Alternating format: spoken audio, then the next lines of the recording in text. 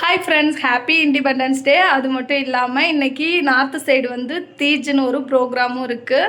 அது மட்டும் இல்லை, ஹஸ்பண்டோட பர்த்டே, மூணுமே ஒரே நாள்.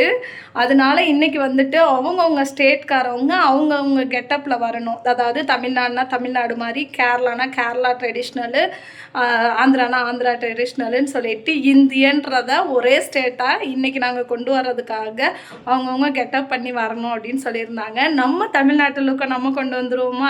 வெயிட் பண்ணுங்க, சேஞ்ச் பண்ணிவிட்டு அடுத்து பார்க்கலாம். தமிழ்நாட்டு ஸ்டைலு கிளம்பி வந்தாச்சு. அங்கே எந்தெந்த ஸ்டேட்காரங்க எப்படி கிளம்பி வராங்கன்றத வீடியோவில் காமிக்கிறேன். வீடியோவை ஸ்கிப் பண்ணாமல் லாஸ்ட் வரைக்கும் பாருங்கள். நம்ம தமிழ்நாட்டு லுக்கை ஒரே ஒரு நிமிஷம் பார்த்துட்டு எனக்கு எப்படி இருக்குன்றதை கமெண்ட் பண்ணுங்கள். நம்ம தமிழ்நாடு மாதிரி ட்ரெடிஷ்னலாக ரெடியாக இருக்கோம். ஏன்னா நம்ம ஊர் ட்ரெடிஷ்னலே பட்டு சேரீ தான். இங்கே யாரும் பட்டு சேரீலாம் கட்ட மாட்டாங்க. ரெண்டாவது நம்ம ட்ரெடிஷ்னல் பூவு, இதுக்காக ரொம்பவே மெனக்கிட்டு டெல்லியில் கிடைக்காது. ஆனாலும் இதுக்காகவே வாங்கி நம்ம ஊர் பெருமையை காப்பாற்றணும். அது மதுரைக்கார பொண்ணு வேறு, மதுரை தேனி சைடெலாம் பூ இல்லாமல் இருக்கவே மாட்டோம். அதனால் என்னோட அவுட்ஃபிட் எப்படி இருக்குன்றத கமெண்ட்டில் சொல்லுங்கள். வீடியோ ஸ்கிப் பண்ணிடாதீங்க. எல்லா ஸ்டேட்காரங்களும் பயங்கரமாக கிளம்பி வர்றாங்க.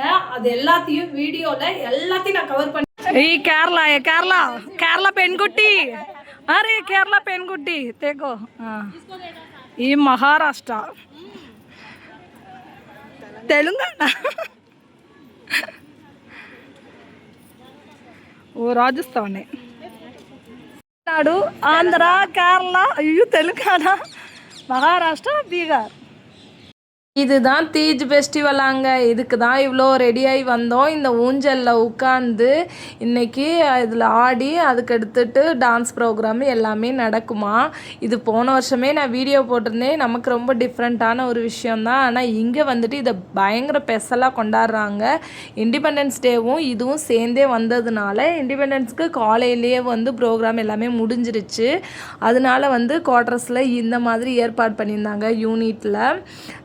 பாருங்கள், லேடிஸ் மட்டும்தான். காலையில் ஜென்ஸ்க்கு மட்டும் ஒரு மீட்டிங்னா இப்போ லேடிஸ்க்கு மட்டும்.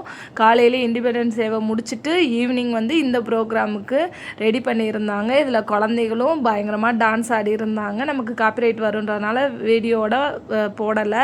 என் பையன் சின்ன பையனும் ஆடி இருந்தான். அதுக்கடுத்து பெண்களுமே, இது ஃபுல் அண்ட் ஃபுல் இவங்களுக்காக தானே, அதனால் பெண்களும் நம்மளும் தான் அவங்கவுங்க ஸ்டேட்காரவங்களுக்கு ஒரு மாதிரி ட்ரெடிஷ்னலாக கிளம்பி வரணும்னு சொல்லியிருந்தேன் பாருங்களா. அந்த மாதிரி கிளம்பி வந்தாச்சு.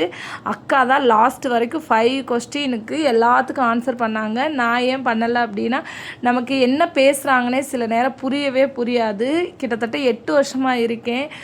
பல விஷயங்கள் வந்து எனக்கு அந்த ஹிந்தியில் பேசுகிறது புரியவே மாட்டேங்குது. அவங்க என்ன சொல்கிறாங்க, என்ன பேசுகிறாங்க, என்ன பாட்டுன்றதே எனக்கு இப்போ வரைக்கும் புரிஞ்சுக்கிறதே இல்லை.